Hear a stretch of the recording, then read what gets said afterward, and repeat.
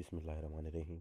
आज के लेक्चर में हम देखेंगे कि असेंबली लैंग्वेज में मेमोरी लोकेशंस को कैसे इस्तेमाल किया जा सकता है। पिछले लेक्चर में भी हमने मेमोरी लोकेशन में डाटा रखवाया था और वहाँ से पिक किया था, लेकिन अब हम डाटा रखवाएंगे नहीं बल्कि कुछ मेमोरी लोकेशन को स्पेसिफाई करेंगे कि यहाँ पर हमारा डाटा होगा और वहाँ पे कोई इंस्ट्रक्शन मौजूद नहीं होगी। साथ ही कुछ और चीज़ें भी स्टडी करेंगे कि जी हम कैसे अपनी मर्ज़ी के मुताबिक मेमोरी लोकेशन को एक्सेस कर सकते हैं, कैसे जंप स्टेटमेंट इस्तेमाल की जाती है और कैसे मेमोरी लोकेशन के अंदर डाटा डायरेक्टली रखवाया जा सकता है। यहाँ पे पहले से मौजूद है एक एग्जांपल जिसका नाम मेमोरी लोकेशन डॉट MEX है। इसको मैंने ओपन किया। आप देखेंगे कि ये सारी जो है वो लोकेशन लोड हो गई। सबसे पहली चीज़ आपने जो नोट करनी है वो ये करनी है कि पिछले एग्जांपल के अंदर हमारे पास स्टार्टिंग एड्रेस था 100, यानी कि हमारे पास हमारी मेमोरी लोकेशन जो थी वो ये थी। लेकिन अब आप देखेंगे कि हमारे पास स्टार्टिंग मेमोरी लोकेशन जो है वो 100 है, यानी कि अपनी मर्ज़ी के मुताबिक मैंने एक और मेमोरी लोकेशन से अपने प्रोग्राम को स्टोर करवा दिया। सबसे पहले लोड करवा रहे हैं मेमोरी लोकेशन 103। अगर आप देखें 103 पर तो यहाँ पर मैंने लिखा है DEC 15, यानी कि यहाँ पर एक नंबर 15 मैंने रखा हुआ है और जब लोड करवाएंगे तो ये 15 एक्यूमुलेटर में लोड हो जाएगा। और फिर उसके बाद उसी वैल्यू को हम स्टोर करवा रहे हैं 105 में और फिर हम जंप कर रहे हैं 105 से ऊपर, यानी कि यहाँ पे, यानी कि हाल्ट हमारे पास 105 पर है। तो जब हम जंप स्टेटमेंट लिखेंगे तो जंप स्टेटमेंट जो है वो यहाँ पे हम जंप करवा लेंगे 105 पे, हमारा प्रोग्राम रुक जाएगा। इसको हम चलाते हैं। नंबर 1 स्टेप परफॉर्म किया। आप देखें कि हमारे पास लोकेशन नंबर 100 और 3, यानी कि 103 से उसने वैल्यू लोड करवाई।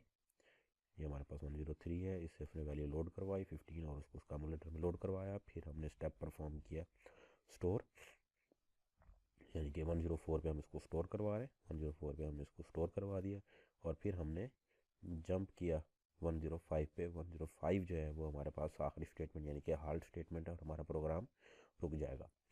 अच्छा, इसके अंदर ये देखें कि ये जो दो मेमोरी लोकेशन है 103 और 104, इनको मैंने यूज़ किया है एज ए वेरिएबल, यानी कि यहाँ पर मैंने डाटा रखवाया, इनके ऊपर कोई और ऑपरेशन परफॉर्म नहीं करवाया, यानी जस्ट डाटा पिक किया, उन डाटा को स्टोर किया एंड सो ऑन। और साफ ज़ाहिर है कि यहाँ पर कोई इंस्ट्रक्शन मौजूद नहीं है।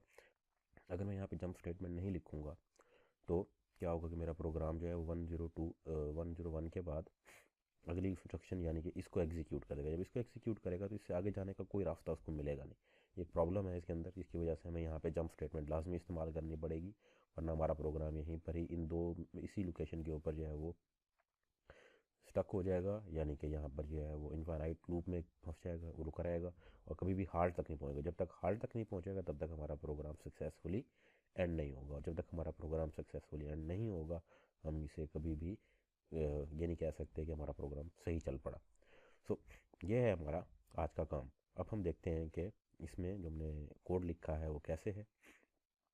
सबसे पहली चीज़ जो आपने देखनी है इसके अंदर वो ये कि यहाँ पे मैंने पहली स्टेटमेंट जो लिखी है वो है जी ORG 100। मैंने शुरू में आपको बताया कि जो पिछले प्रोग्राम हमने लिखे थे उसके अंदर हमारे पास स्टार्टिंग एड्रेस था 0, लेकिन अब की बार हमारे पास स्टार्टिंग एड्रेस है 100। इट मीन्स कि ये यहाँ पे जो मैं नंबर लिखूँगा वही मेरा स्टार्टिंग एड्रेस बनेगा, वही मुझे यहाँ पर दिखाई देगा और बिल्कुल वही चीज़ जो है वो मुझे यहाँ पर दिखाई देगी। फिर लोड स्टेटमेंट जो है वो लोकेशन 100 पर है, यानी कि यहाँ ये लोड स्टेटमेंट लिखी हुई है।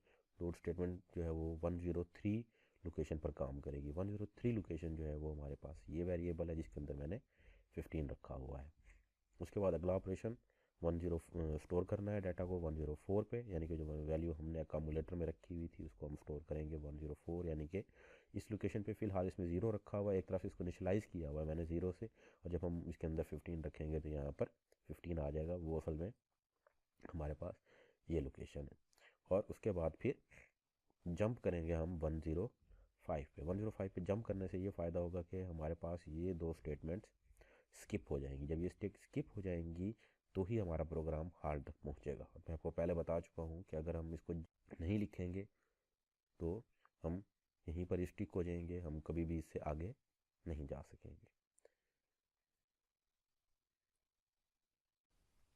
जी, एक चीज़ आपको अपने हमेशा जहन में रखनी होगी कि ORG स्टेटमेंट हमेशा प्रोग्राम के शुरू में आएगी, इसको हम दरमियान में या आखिर में नहीं लिख सकते, इसको शुरू में ही लिखेंगे वरना ये सिंटैक्स एरर होगा। इसी तरह जो ORG स्टेटमेंट है उसकी मेमोरी में खुद कोई लोकेशन नहीं होगी, यानी कि किसी लोकेशन को ऑक्यूपाई नहीं करेगी। मीन्स के 100 पर हमारे पास इससे अगली लोकेशन मीन्स के अभी जो हमने लोड लिखा है ये होगी और सो ऑन। लेकिन ORG स्टेटमेंट के लिए खुद मेमोरी के अंदर कोई लोकेशन मौजूद नहीं होगी। अब जो हमने एग्जांपल लिखी है इसके अंदर हम देख रहे हैं कि हमने मेमोरी लोकेशन जो है वो अपने प्रोग्राम के अंदर बनाई है। अगर हम इनको चाहें तो अपने प्रोग्राम से बाहर भी बना सकते हैं। मीन्स कि मैंने इसको यहाँ से कट कर लिया और फिर यहाँ पे लाकर पेस्ट कर दिया। अब अगर 100 पे शुरू हो रहा है तो ये जो लोकेशन है ये 100 होगी। ये मीन्स मैं यहाँ पे अपने कमेंट्स हैं उनको भी अपडेट कर दूँ, ये 100 और ये साथ ही जो है वो एक और चीज़ भी आपको ध्यान में रखनी पड़ेगी कि अगर ये हमारे पास स्टार्टिंग लोकेशन है तो इन पे हम कभी भी काम नहीं करेंगे, हमें इनसे पहले जंप स्टेटमेंट लिखनी पड़ेगी, यानी कि जंप अप टू 103 और इसको हम देंगे 101, इसको देंगे 102 और इसको देंगे 103।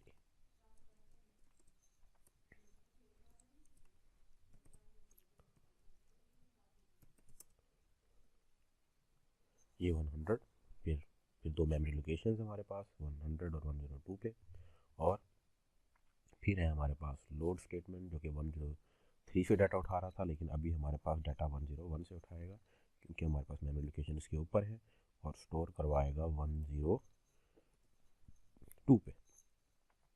और ये जो जंप स्टेटमेंट है इसको हमें लिखने की ज़रूरत नहीं है, हम इसको एंड कर देते हैं, बाकी हम अपडेट कर देते हैं अपने कोड को एंड सो ऑन। हाँ जी, अब आप देखें कि हमारी जो स्टेटमेंट्स थी वो टॉप पर चली गई, लोड स्टेटमेंट उसके बाद आ गई और स्टोर स्टेटमेंट उसके बाद आ गई और आखिर में हाल्ट। लेकिन इन दोनों स्टेटमेंट्स पर हम कभी भी नहीं आएंगे ताकि हमारा प्रोग्राम चलता रहे। और फिर हम इसको जो है वो शुरू में ही जंप करवा दिया 103 पे।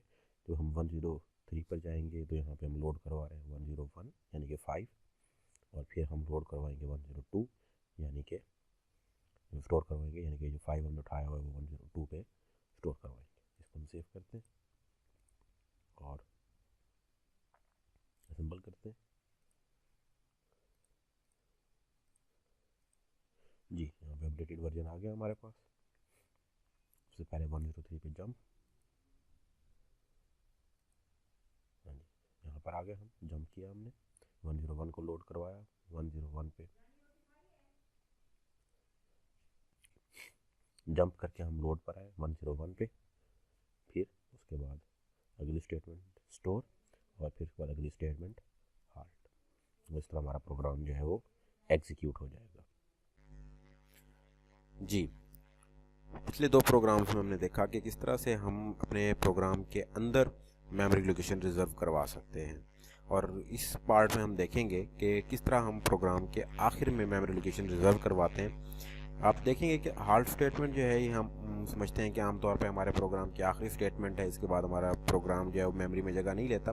लेकिन इस प्रोग्राम में हमने ये देखा है कि हमारी जो मेमोरी लोकेशन जहाँ जो हमने रिज़र्व करवाई हैं वो हमारे प्रोग्राम के हाल्ट स्टेटमेंट के बाद हैं। काम वही है, यानी कि हमने दो मेमोरी लोकेशन ली हुई हैं, एक मेमोरी लोकेशन पे डाटा लोड करेंगे और उसके बाद फिर उसको दूसरी मेमोरी लोकेशन पे स्टोर करवाएंगे। लेकिन अब की बार ये दोनों मेमोरी लोकेशंस हमारे हाल्ट स्टेटमेंट के बाद हैं, यानी कि प्रोग्राम के आखिर में हैं।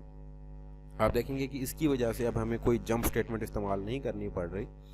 लेकिन ये कोई अच्छी अप्रोच नहीं है कि आप हाल्ट स्टेटमेंट के बाद अपनी मेमोरी लोकेशंस को रिजर्व करवाएं, क्योंकि ये पॉसिबिलिटी है कि इस हाल्ट स्टेटमेंट के बाद आपका प्रोग्राम आगे कहीं चला जाए, यानी कि उसके कोई और प्रोग्राम जो है उसके लिए मेमोरी लोकेशन ये रिज़र्व हो रही हो, तो हम यहाँ पे अपनी मेमोरी लोकेशन लिख दें तो ये प्रॉब्लम क्रिएट हो सकता है। इसीलिए हम कोशिश करते हैं कि हमारी जो मेमोरी लोकेशंस हैं वो हमारे प्रोग्राम के अंदर ही आ रही है।